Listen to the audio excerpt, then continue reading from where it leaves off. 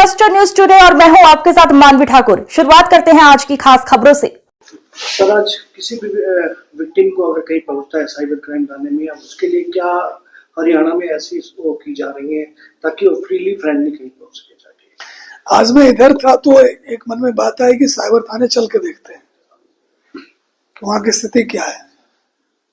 तो मैं प्राइवेट गाड़ी से आया था और नीचे जो मुलाजिम खड़ा था उसने पहचाना नहीं मुझे, और उसने अच्छे से बात की कि क्यों आए हो। हमने कहा जी मुझे डिजिटल अरेस्ट का मुकदमा दर्ज करवाना है। तो बोला जी सेकंड फ्लोर पर 24 नंबर कमरे में आपको ड्यूटी अफसर मिलेंगे। मैं ऊपर आया तो मुझे वहाँ ड्यूटी अफसर मिले, तो चलो ये तो मुझे पहचान गए थे। मैंने पूछा कि जी आप नीचे क्यों नहीं थे।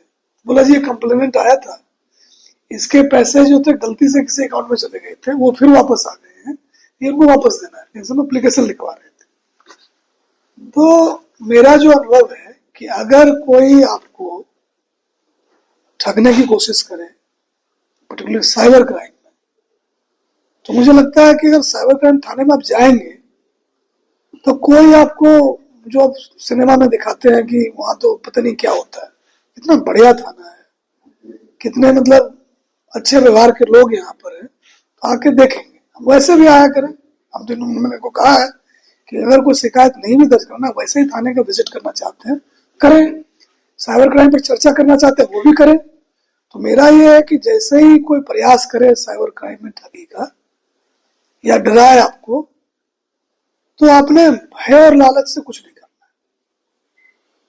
अगर खुद मन नहीं टिक रहा हो तो पूछ लेते 1930 पर फोन करके, और उसको कहते हैं देखो जी मुझे इस तरह से कह रहे हैं, आपको क्या लगता है, और उसकी बात को भरोसा करें।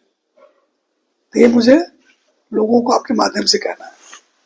आजकल एपी के फाइल के माध्यम से काफी ज्यादा लोगों की मतलब दिक्कतें आ रही हैं, उनके पैसे कट जाते हैं, तो कुछ कोर्ट की तरफ से भी आया है कि आप लोगों के मैसेज देना चाहिए।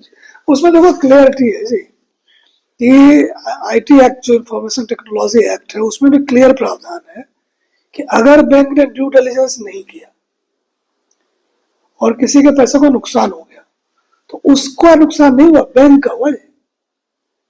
तो हमने बात करी अपने अफसरों से, हमने ये तय किया है कि जितने भी मुकदमे हमारे अंडर इन्वेस्टिगेशन या पहले वाले भी हैं, उसमें हम इस एंगल से जरूर जांच करेंगे कि क्या बैंक ने एक कस्टमर का पैसा ट्रांसफर करते समय ड्यू डिलिजेंस किया कि नहीं किया। अब किसी ने एपीके फाइल भेज दिया जो एंड्रॉयड पैकेजिंग किट होती है, तो आपने क्लिक किया, आपको तो नहीं पता है, आपने क्लिक कर दिया, पैसे चले गए आपके अकाउंट से।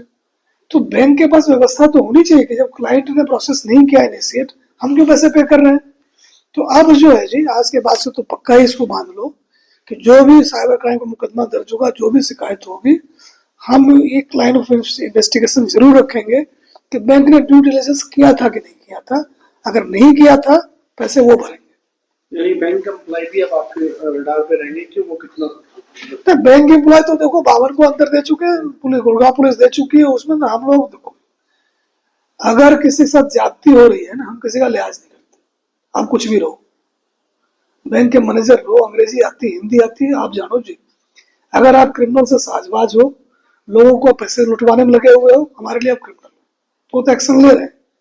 But at the same time ये जेल चला गया, पैसे कहीं और चले गए, कंप्लेनेंट को कुछ नहीं मिला ना, उसकी कोई गलती नहीं है, उसने तो बैंक में खाता खोला कि मेरे पैसे यहाँ सेफ है। अब वहां कौन उसको क्या कर रहा है, बैंक का काम है देखना उसको। अब जो हमारी प्राथमिकता है कि जो बैंक के लोग कनाई कर रहे हैं, जो साजबाज है, उनके खिलाफ क्रिमिनल एक्शन तो होएगा होएगा। ये जो पैसे उसके हैं कस्टमर के, वो बैंक